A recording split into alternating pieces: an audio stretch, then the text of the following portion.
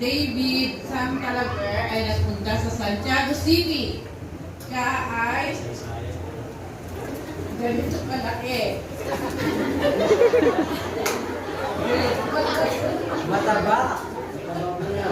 Ang tawag namin sa kanya ay Dagul.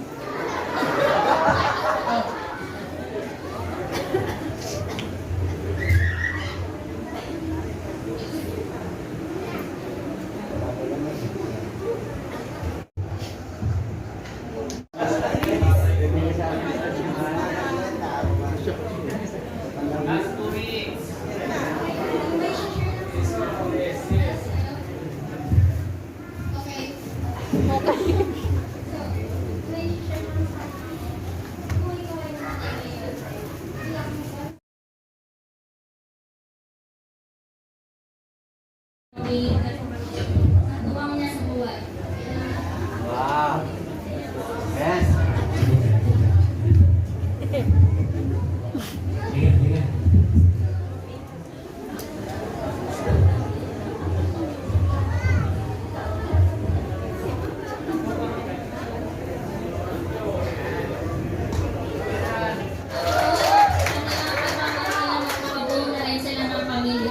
Pagkalipas ng panahon sa kalooban ng Panginoon, napunta si Pastor Dave at ang kanyang pamilya sa bayan ng Cordon at doon inumpisahan ang kanyang misyon.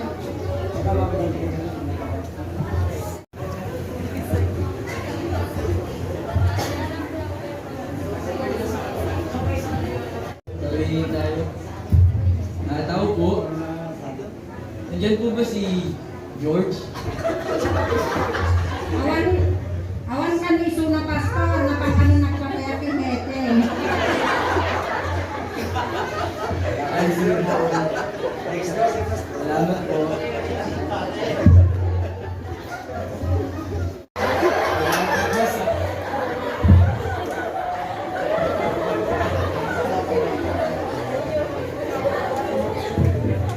Lahat, nais naming ibahagi sa inyo ngayong hapon ang natatangi, walang katulad, mahabag damdaming kwento na nag-iisang pinakamamahal nating pastor na si Pastor Dave. Simula pagkabata pa lang ni Dave o David, natutunan niya na buhayin ang kanyang sarili mag-isa. Habang siya ay nag-aaral sa umaga, sa gabi naman ay siya'y nagtitinda ng balot. Umiikot siya sa bayan ng Santiago City upang magtinda.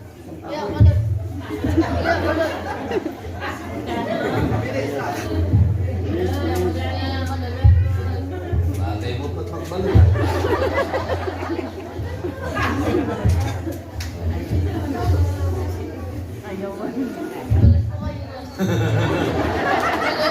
Inalok yung judge.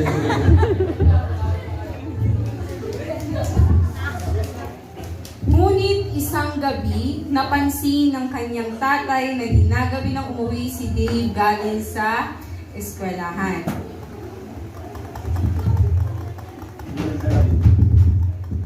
O, Dave, ba't kinabi ka na naman?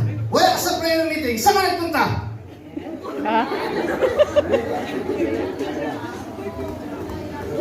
Palitan mo yung hanger. Dapat ito. Ayan, dugo.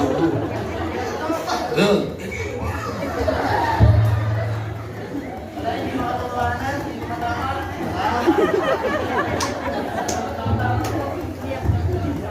Hindi na nakasagot si Dave o David dahil sa tindi ng kanyang takot sa kanyang tatay. Siya ay pinagpapapalo gamit ang mahiwagang pamalo ng kanyang ama. Ngunit hindi alam ng mga magulang ni Dave ang kanyang mga sakripisyong ginagawa.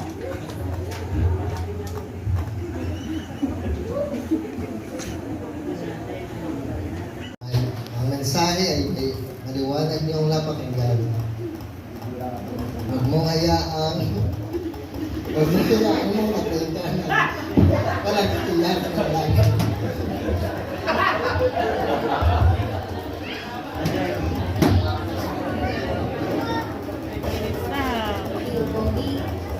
Pogi, sundan mo ko sa panalangin, ha? Kapay at pigit.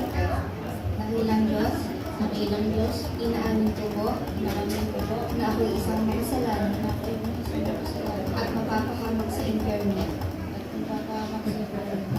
Tinatanggap po kita sa aking puso bilang Diyos at tagapagligtas. Salamat po sa kaligtasan ng aking kaluluwa. Sa pangalan ni Jesus. Amen.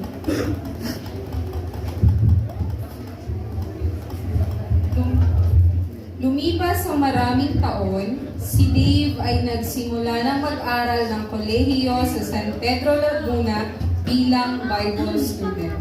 Siya ay nagsikap, namuhay siya mag-isa, walang tulong galing sa kanyang pamilya.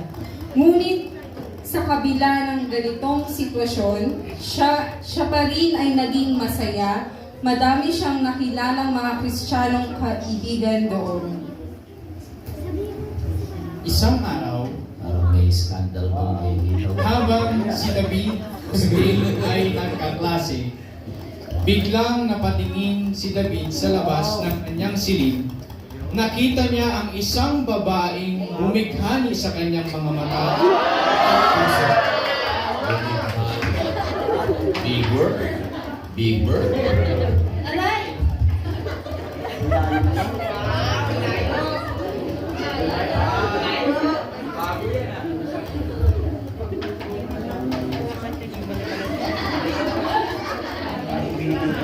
Ibok ang kanyang puso sa nagngangalang Gina Catapa.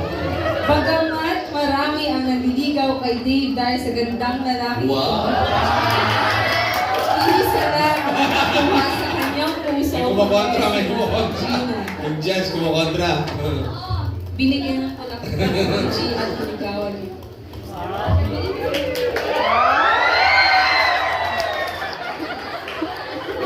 Parang wala akong bulak-lak mo araw. Ha? Oo, yeah.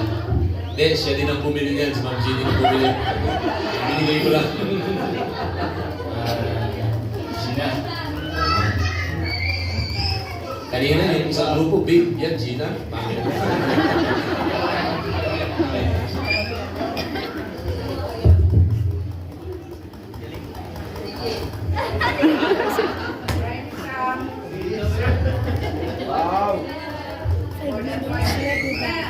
Nagsimulang magmisyon sa bayan ng Cordon kasama kanyang asawa na si Gina Catapang Calor. Isang araw sa kanilang daan papunta sa kanilang Bible study, nakasakay si Pastor Dave at si Ma'am G sa motor. At hindi inaasahan biglang huminto. Alay na lang lahat. sila ay nagsimulang mag-akay ng kaluluwa kasama ang kanilang Munan ay lumago. Yun lamang po at maraming. Alak na ka! buwan ng Oktubre sa